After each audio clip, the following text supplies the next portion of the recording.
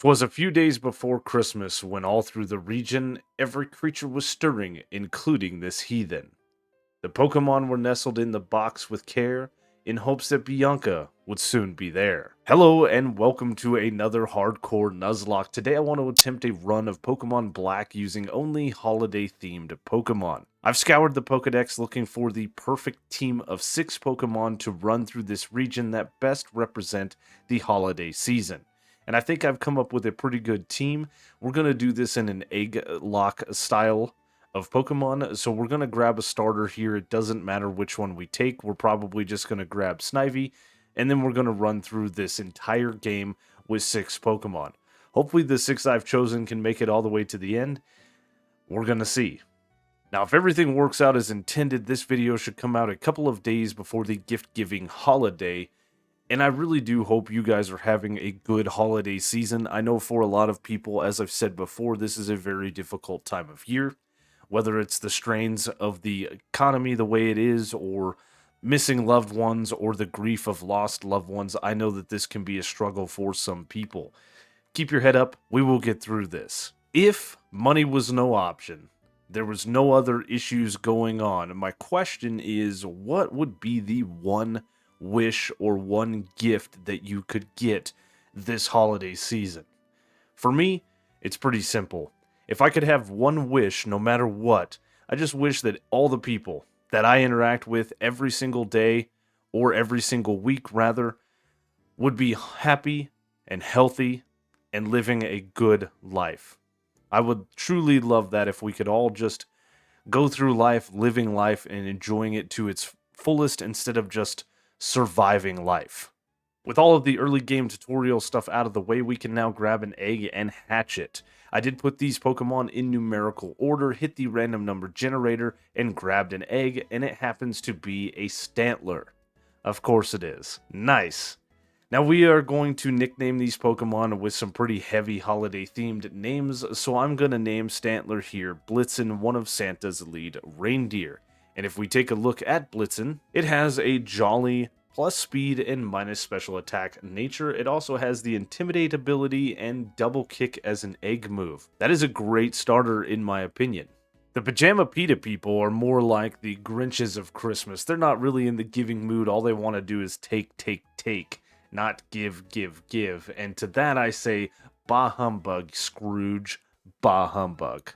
If memory serves me correct, there is over 14 rival battles that we have to do in this game between Bianca, Charon, and N.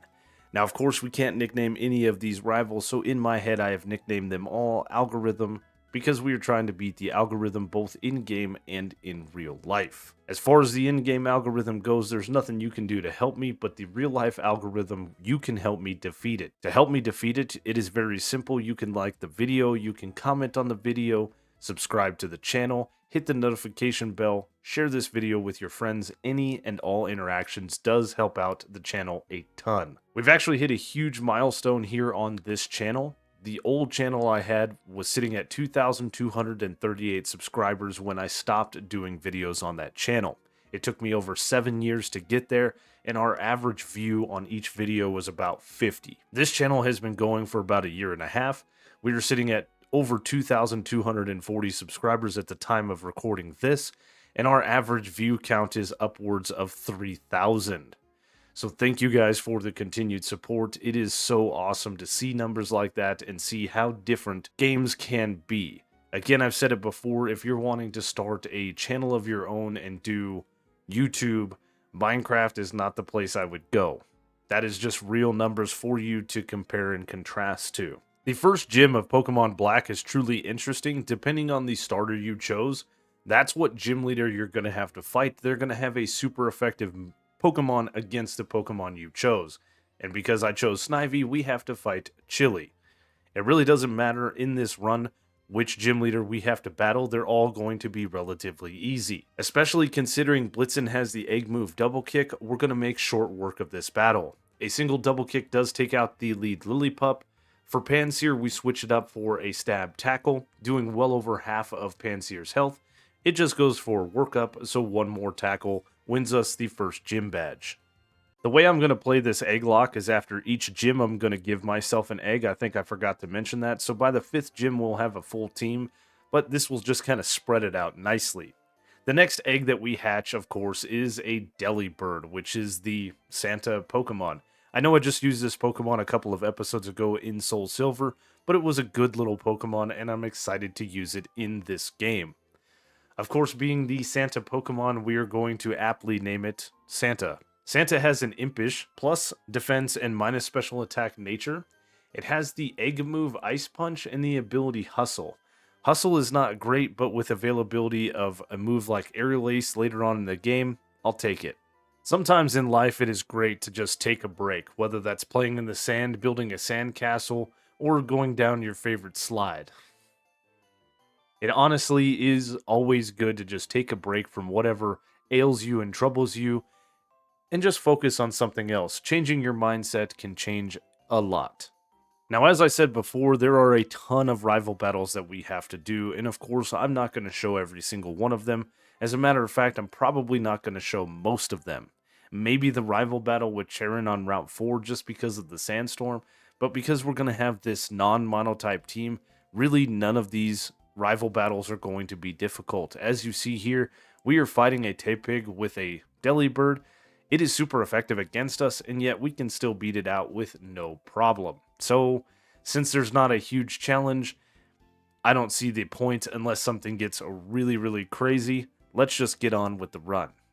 In Nacrene City, we have the normal type gym leader, Lenora. She leads with a Herdier, and I lead Blitzen. There's some Intimidates that go back and forth, and because the minus attack, I decide to swap into Santa. Santa gets hit with a Leer on the swap in, and then I fire off a Ice Punch that does a lot of damage, taking Herdier all the way into low red health. We get hit with another Leer. Lenora uses up a Super Potion, and then I try to go for Ice Punch, but we miss because of that Hustle ability. I then miss another Ice Punch and get hit with another Leer. Now, I was playing fast and loose at this point, and I really should have swapped out, but I stay in and hit an Ice Punch, taking Herdier low, and then it fires off a takedown, taking us to 1 HP, taking itself out from the recoil damage. Whoops, that was a huge mistake on my part, and if I had lost a Pokemon here, that would have really, really sucked. Watchog comes out, and of course I immediately swap into Blitzen. Blitzen gets hit with a Crunch on the swap in, doing a little bit of damage. I decide to go for a Stab Tackle, which doesn't quite do half of Watchog's health, and then Watchog misses Hypnosis. Luckily, I fire off a double kick, and the first one gets a crit to knock out the Watchog, winning us the normal badge. We grab another egg from the box, and we hatch this thing. This time, it hatches into a Pokemon I have never used, but I do love, Litwick. The thing is adorable. Sticking with the holiday name theme, we are going to name Litwick here Minora. Taking a look at Minora, it has a mild plus special attack and minus defense nature. That is really, really good. Has the Flame Body ability and Clear Smog as an egg move. Okay, I'll take it. Now we're progressing with the story and heading to Pinwheel Forest, and you'll see that my team is just the 3 Pokemon, and we are at this Challenge Rock. This Challenge Rock does nothing with the team that I have. However, if I catch a fighting type in the nearby grass like Timber here, we can now come up and interact with this Challenge Rock, and it asks if you want to smash the rock. We don't have Rock Smash, we have nothing like that in our party. It is just simply a fighting type, and this nets us a star piece. You can actually do this once a day at this Challenge Rock, and this is a very unique thing to Pokemon Black that I think a lot of people don't know about, so I wanted to show it off. You know, I was watching a recent video from JRose11 where he did a Shedinja only run of Pokemon Black, and that poor guy went through hell in that run, but he did make a comment about the Sky Arrow Bridge being meh here in 2024. Back when this game came out in like 2011, this was probably a phenomenal thing to see, but now it's just meh. I disagree with that statement. This is the first time in a Pokemon game that the view changes from the kind of top down to more of a side view. Very first time this happens. So this is kind of a chunk of Pokemon history, and I disagree with this comment. But what do you guys think? Do you think that this is just kind of a mess spot anymore? Or is it really cool? Running through the streets of Castelia, of course, I get flashed by some random dude behind a dumpster. Thank you for the TM, put your worm away. Let's continue on with our item collection in Castelia.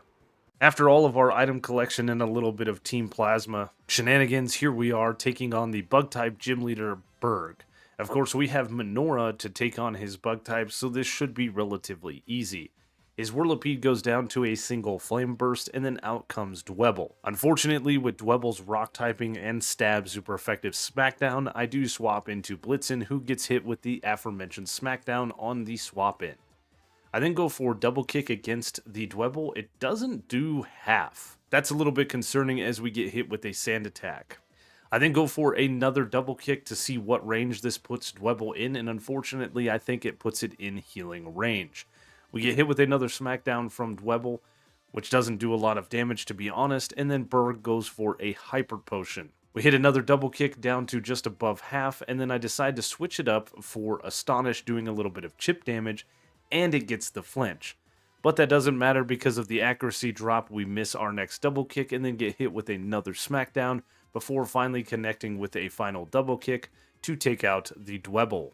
Levani is out last for Berg, so I swap into Menorah, who gets tagged with a string shot on the swap in. A little bit annoying, but I don't think we would have outsped this Pokemon anyway. Levani then goes for Protect, delaying the inevitable. It then goes for a resisted Razor Leaf that doesn't do much damage to us, and then of course a quad super effective Flame Burst takes out the Levani, winning us the third gym badge. We can get the fourth team member to the team, grabbing another egg from the box and hatching it into a Staryu. Pretty nice Pokemon. Now, sticking with the holiday name theme, we nickname this thing Topper. Taking a look at Topper here, it has a quirky neutral nature. That is perfectly fine. Natural Cure as its ability. It can't learn any egg moves, so we're stuck with what we've got. On the first dock, as you enter Castelia City, you can talk to this person right here, and they will give you an evolution stone per one of the elemental monkeys. It doesn't matter which one you got, you just tell them which one you got, and you can get a fire stone, a leaf stone, or a water stone. So now we have a water stone to evolve Topper in the future. Out on Route 4, we have another Charon battle. This battle is going to go really, really easy, and from this point forward, I'm not going to show a single rival battle. None of them get crazy, or we even get close to losing. One thing I do want to say before we end this little clip, though, is Topper can learn some really good coverage moves and has great stab options like Surf and Psychic. Unfortunately, TMs like Psychic and Ice Beam are post-game only. So is Flamethrower, oddly enough. So we're going to have to work with the TM set that we have. It's one of the few things I dislike about Pokemon Black. The fact that you can only typically use the Unova decks, and then some of the locations of the different TMs makes things very difficult. I think Black 2 and White 2 did a very good job of balancing all of that, and I truly do love those games. As far as these rivals go, though, none of them are going to be difficult, even though we're doing some training with Topper right now and we don't have a water type to take on the Pignite. It doesn't matter. We go through this battle with Blitzen only, and we don't get down to half health. And because of that strong showing from Blitzen, I go ahead and give it a nice little makeover here in Nimbasa City. Look at Blitzen, looking stylish. Before we can take on the gym leader, we do have to go on a date with N, and I have another question for you. If you've made it this far or still watching the video, have you ever been on a Ferris wheel? And if so, how big was it? Down in Florida, in Orlando, as a matter of fact, there's a place called Icon Park, and they've got a really cool Ferris wheel. I think it goes like 400 feet tall. And I've been on that thing a couple of times. It is awesome to see the entire city of Orlando from the sky. Now, Elisa and her Volt switching Emolgas can be very, very annoying. And they're flying type, so they're immune to ground type moves. I did get the TM for Dig, but none of my team can actually learn it. Blitzen can learn Bulldoze, but we don't get that until after we beat Clay. So I led with Santa and Ice Punch. This is a bit risky because we are flying type and weak to electricity, but I do have the held wide lens from trading some Pokemon back in Castelia City, so we actually connect with 2 Ice Punches to take out both of the Emolgas back to back. We do get hit with a static, paralyzing us, but that's fine. As the Zebstrika comes out, I know this thing can do a lot of damage, so I swap into Blitzen. Blitzen gets hit with a Spark on the swap in. The Intimidate drop from us actually doesn't matter to this Pokemon. I just fire off a return that we got here in Nimbasa City, and it takes Zebstrika into low red health. We get hit with a nasty Volt Switch, but it's at this point that we've put Elisa in a heal lock. She's going to go for a couple of Hyper Potions, and as long as I keep going for returns, we will eventually take this Pokemon out. After a couple of Hyper Potions and a final return, we win ourselves the 4th Gym Badge. Grabbing our second to last egg out of the box and running around like crazy, we can hatch our next team member, which happens to be a Cryogonal, or Cryogonal, if you want to say it incorrectly, and that is awesome. This is a Pokemon I have never really used, and as I was looking for Pokemon for this run, I have realized that a lot of Ice-type Pokemon are more holiday-themed than you think of. Like Spheal, for instance. That could be an ornament. Cubchoo. There's a lot of Ice-type Pokemon, so I didn't want to put too many of them on the team, so I'm sticking with Delibird and Cryogonal, which we of course named Snowflake. It has a gentle plus special defense minus defense nature, and it has the levitate ability. We're not going to see too many evolutions on the team, but Topper did get to level 28 and learn Bubble Beam, and I figure why not evolve it now? That's about the best move we can learn. It learns Power Gem at level 51, but I'm not going to keep this Pokemon that long. You know, what happens in the cold storage should stay in the cold storage. Charon, we should just leave. I really don't want to know what's going on here. Waiting until we got Bubble Beam was kind of pointless because in these cold storage we can actually get the TM for Scald. I forgot that was in there. We taught it to Topper nonetheless, and here we are leading out against the Krokorok. With a stab super effective move and the held expert belt, we are easily going to one-shot the Krokorok. Surprisingly, we do outspeed and one-shot the Excadrill. I knew we would outspeed, but the one-shot was the surprise. As Chancellor Palpitoad comes out, unfortunately, it does not go down to a single Scald. It does go for Aqua Ring. That's not enough to pull it out of healing range as Clay goes for a Hyper Potion. I just fire off a Swift for some chip, and then we can follow up with a Scald, winning us a very easy gym battle. When I was putting together this run, I did manage to get the winter part, so I do want to take a second to say happy holidays to everybody once again, if you made it this far in the video. As I said before, I do hope you have a great holiday, and I hope this holiday does bring some cheer. We grab the last egg from the box and go ahead and hatch it. Can you guys guess what this Pokemon is? Of course, it is a winter form Deerling. Now I'm going to nickname Deerling Donner. And did you guys know, fun little fact, that in the Rudolph the Red-Nosed Reindeer world, in different movies throughout, both Blitzen and Donner have been Rudolph's parents. It's not, of course, known which one is which, but they are revered as Rudolph's parents throughout different books and movies. Thought that was a neat and interesting little thing. Donner here has a mild plus special attack and minus special defense nature. It has the Chlorophyll ability and the egg move as Synthesis. Now, just as we're making our way to Mistralton City, we do have another evolution on the team with Donner evolving into a Sawsbuck. This is an amazing Pokemon. I've used it in a Black Run before, so I'm very happy to put this thing on the team. Next up in Mistralton City, of course, is the gym leader Skyla and her flying types. I have Snowflake and Stab Ice Beam, so this is going to be a very easy battle. As a matter of fact, it's almost identical to what happened in the Clay battle. We take out the Swoobat with a Stab super effective, Never Melt Ice boosted Ice Beam. We take out the incoming Unpheasant with the same exact tactics, and then as Swanna comes out, it takes neutral damage from Ice Beam, so we put it in low health. It goes for Aqua Ring. Skyla then goes for a Hyper Potion. We hit an Icy Wind for some chip, and then a follow-up Ice Beam to take it out. This does net us the badge, and then we can get our hands on the TM for Aerial Ace, which is going to be a great stab option for Santa, and does help us with that lack of accuracy from the ability Hustle. Next up in the gym leaders is Bryson, the Ice-type gym leader, and of course you guys know what happens to Bryson in the follow-up games, poor feller. He becomes a star in the Pokestar Studios. Against his Vanillish, I lead Minora. The level cap is 39, so we still haven't been able to evolve this thing, but we can one-shot the Vanillish with a Flame Burst. I do have the Choice Scarf equipped. You can get it in the Battle Subway. We got ours from trading Pokemon in Castelia City. A Flame Burst doesn't quite take down the Bear Arctic. We do get hit with a Brine, taking us to 43 HP. If that had crit, we would have lost Menorah here, but we go unpunished as per usual. Another Flame Burst takes out the Beartic. I don't know how to say that Pokemon's name. As the Cryogonal comes out, I decide to swap into my own Cryogonal to have a 1v1 match. We do get hit with an Aurora Beam on the swap in, and then I fire off Flash Cannon. It is a move that we got from Twist Mountain, which was very easy to traverse in the winter. It doesn't quite do half, which is unfortunate. The other Cryogonal sets up Reflect. Another Flash Cannon takes Cryogonal low, as it hits us with a very weak Rapid Spin. Bryson then, of course, uses a Hyper Potion, and I tag this thing with an Ice Beam for a little bit of chip, and then fire off a Flash Cannon that takes it below half. We get hit with another very weak Rapid Spin, and one more Flash Cannon wins us the 7th Gym Badge. We're now, of course, at the part of the game where the Team Plasma storyline really picks up. It gets very heavy here. We're doing a bunch of stuff.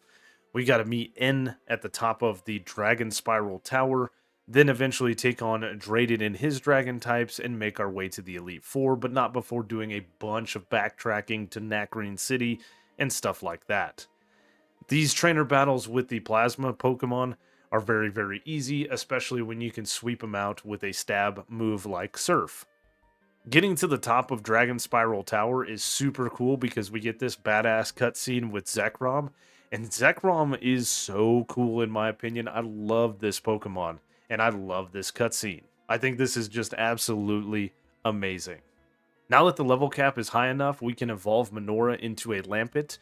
The other thing that I was going to wait out for was so this thing could learn Shadow Ball, but you get the TM in the Relic Castle following the storyline stuff with Team Plasma. So we go ahead and evolve it into Lampet. And then grabbing a Dusk Stone from the Mistralton Cave, we can go ahead and evolve Lampent into a Chandelure. This is a cool Pokemon, and I love the Fire Ghost typing. I think it is absolutely awesome. Last up for the gym leaders, of course, is Drayden, the Dragon-type gym leader. We're going to lead out with Snowflake, and you guys should know how this battle's going to go. We one-shot the Fracture with a stab, super effective, Never Melt Ice boosted Ice Beam. Out next is Druddigon, and it, of course, falls the exact same way. And last for Drayden is his Haxorus, which falls to a stab, super effective, Never Melt Ice boosted Ice Beam. Pretty easy 8th gym leader.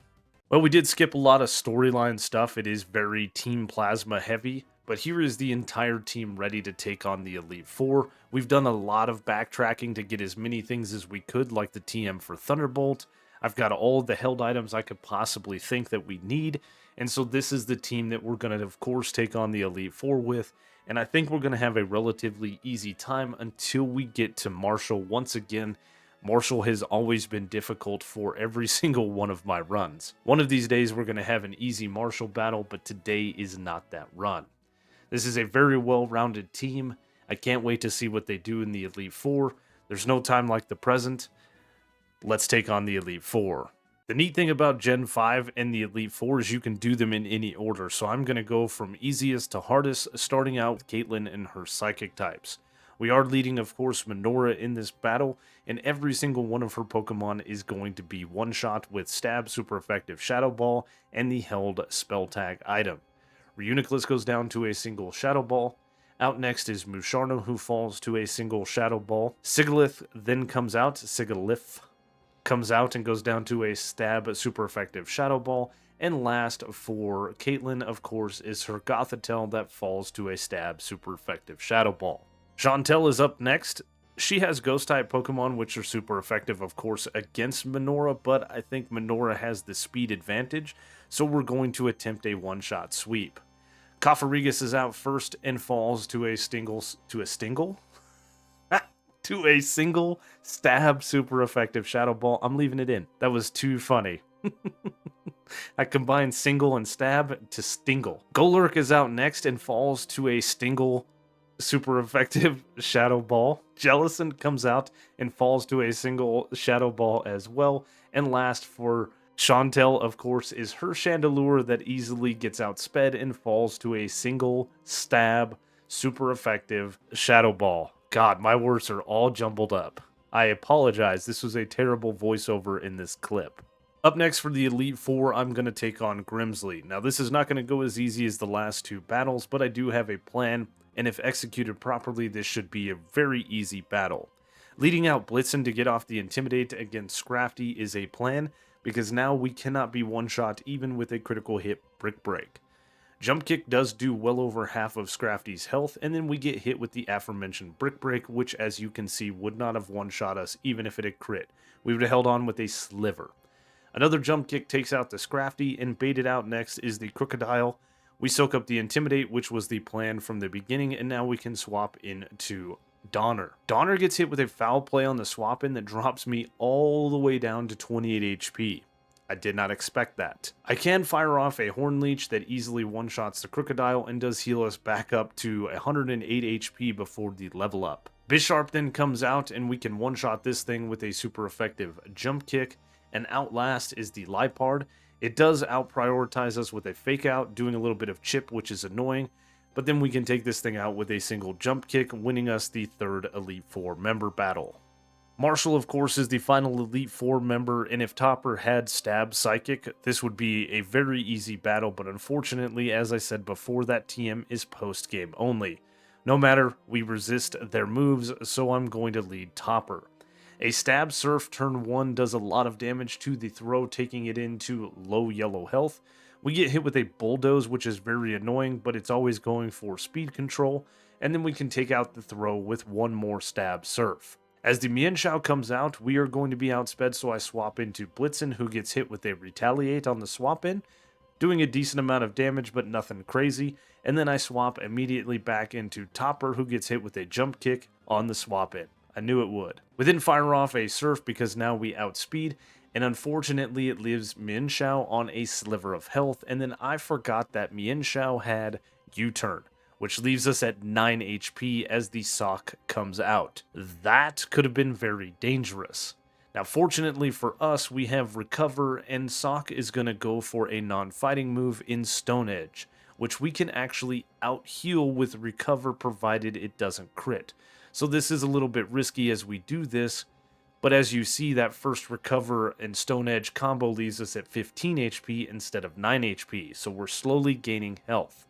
We get hit with a second Stone Edge down to 25 HP, and then fire off another Recover. We're just going to do this until it has no more Stone Edge power points. It's only got 5 power point moves. It swaps up for Retaliate, which is perfect, because now we can heal up even more, getting us above green health. Stone Edge also can miss, I believe, so will they miss? I doubt it. A third Stone Edge takes us down to 53 HP, and now a critical hit Stone Edge is not going to take us out. One more Recover takes us up to 114 HP, a Stone Edge then takes us down to 56 HP, Recover takes us back up to 117 HP, one more Stone Edge, the final one, takes us down to 60 HP, and I can recover my health back up to 121 HP, almost sitting at full health as we got rid of all of its power points. We then get hit with a Karate Chop, because that's all it's got left, and it gets a crit. Why wouldn't it? I decide to break this thing's sturdy with a Stab, Water Move, and Scald, and it does more than I expected, taking Sock below half health. We get hit with another Karate Chop, and as you see, it doesn't do a lot of damage, but because we're sitting at below half health, I decide to go for Recover, trying to keep Topper healthy. We get hit with a Retaliate down to 86 HP, and then I decide to take out the Sock with a Surf. Mienshao then comes out, and of course, Marshall goes for a full restore immediately, and then I fire off a Surf. This time gets a critical hit, one-shotting the Mienshao. Beautiful. We're sitting at 86 HP as the Conkeldurr comes out. We fire off a Stab Surf that takes Conkeldurr very low into red HP, and then it misses a Stone Edge. That is beautiful. That could have happened during Sock, but whatever. We've got this thing in a heal lock now as Marshall goes for a full restore. A Surf takes it back down into low red health. It's out of full restores, so we can take this thing out with one more Surf, winning us a deathless Elite Four. I think the storyline stuff is pretty cool here in Black and White, but what I love is the in-game stuff where you're going through End's Castle and then the 6 sages want to take you on, and then all of the gym leaders that you've battled throughout the region come to your saving grace. It's just a nice little thing that happens. It doesn't happen in a lot of other games. They really try to get the gym leaders involved here in the storyline of Pokemon Black and White. The Team Plasma story culminates here at the top of N's Tower, where Reshiram finally comes out of the Lightstone, and now we are forced into a battle. Conveniently, the professor gives us the Master Ball before heading through Victory Road, so we can of course catch this thing. The game wants you to do a Reshiram versus Zekrom, whether you're playing Black or White. What's neat about it is if you have a full team, of course this Pokemon is going to go into the box when you catch it. Then after you've caught it, the game does give you the option to put it on your team, which you of course can say no, so you can play with whatever 6 Pokemon you have. It's a pretty neat little thing, especially nice for Nuzlockers. You're not forced to use that legendary, and you're not forced to lose a team member. For the last time in this run, we have to take on N and his pretty stacked team. He's of course going to lead with the legendary Zekrom, and I am leading Snowflake. Now, unfortunately, Snowflake could very easily go down to a Fusion Bolt here, but I lead nonetheless and fire off a stab super effective Ice Beam. The Ice Beam doesn't quite get the one-shot, leaving Zekrom in low red health, but it does get the freeze, and that is absolutely clutch. And then uses a full restore, so back-to-back Ice Beams take out the Zekrom. Out next is Kling Klang. This isn't the actual Kling Klang, I'm pretty sure, so I swap into Blitzen, who gets hit with a Night Slash on the swap-in, confirming what I thought. A single jump kick takes out the Zoroark. The real Kling Klang comes out next, and a jump kick takes this thing below half health, and then we get hit with a nasty Hyper Beam, leaving us on 26 HP. One more jump kick takes out the Kling Klang, and out comes Vanillix. I swap into Minora immediately, and of course get hit with a Blizzard on the swap in. Why wouldn't it hit? We then fire off a Flame Burst that easily one-shots the Vanillix, but this brings out Carracosta. Now, Carracosta is a nasty little Pokemon that I don't have anything that can swap into this, so I just stay in ready to sack Minora and fire off a Will-O-Wisp that does connect. We then get hit with a Stone Edge that we actually survive on 12 HP and break this thing sturdy with a Burn. I swap in Topper, who gets hit with an Aqua Jet on the swap-in, very, very nice, and then we can fire off a Stab Surf that easily one-shots the Carracosta from its lowered health from the burn. This puts us in prime position as the Archeops comes out because we can outspeed it and one-shot it with a Stab super effective Surf, winning us the battle within, and we did it deathless. I almost lost 2 Pokemon there. That was very lucky. Though we've done this entire run deathless and we are at the final boss fight with Ghetsis, I think this is where our luck streak runs out. He's got a pretty stacked team, and my Pokemon are going to do their best. Against the Cofagrigus, we lead Snowflake because it was in the front to begin with, and Ice Beam does well over half of Cofagrigus' health, but we get hit with a Toxic. That's pretty annoying. This thing likes to go for Toxic and Protect. It's a very smart move from the AI. It doesn't actually go for Protect, so we can take this thing out with another Ice Beam, and out comes Hydreigon. There's nothing I can do here. I just stay in and fire off that Stab Ice Beam. It is super effective and doesn't quite get the one-shot, leaving Hydreigon on a sliver of health. We then get hit with a Fire Blast that easily KOs us from the health we were at. This means I can bring in Blitzen. Ghetsis is going to go for a Hyper Potion, or a Full Restore rather, fully healing up the Hydreigon, and then back-to-back Jump Kicks is going to easily take this thing out. Bouffalant then comes out, and we fire off a Jump Kick, taking this thing below half of its health, and then a Head Charge one-shots us. The recoil damage is very nice as we send out Donner, who can clean up with one more Jump Kick. Seismitoad comes out next. We can easily take that thing out with a quad super effective Stab Horn Leech, and Electros is out next. There's not much I can do with this Pokemon, so I stay in and go for a Jump Kick, and then we get hit with a Flamethrower that takes us to 12 HP, but it gets the burn, and the burn finishes us off. Well, this means that we can bring Minora out for free. Minora can clean up the Electros with a Shadow Ball, and this puts us in prime position as the Bisharp comes out last for Ghetsis. We can fire off that Stab super effective Flame Burst, winning us the Ghetsis battle, but it was at quite a cost. No matter, the run is defeated. This was absolutely an amazing run. I had so much fun doing it, and I hope you guys enjoyed it as well. I hope you have a great holiday, and these themed Pokemon were great. I did learn that there were a few Pokemon I forgot, like Chimecho, Sudowoodo, Snover. Those would have all been great Pokemon to have in these runs, but it gives me ideas for the future. The other thing that I learned when doing research for this run is there's actually 6 Pokemon that learn Present via breeding, so that gives me an idea for my next run in about a year. At least my next holiday-themed run. Again, I hope you guys enjoyed this video. If you did, you know the routine. Leave a like, leave a comment, consider subscribing if you're new to the channel, and I will see you on the next one.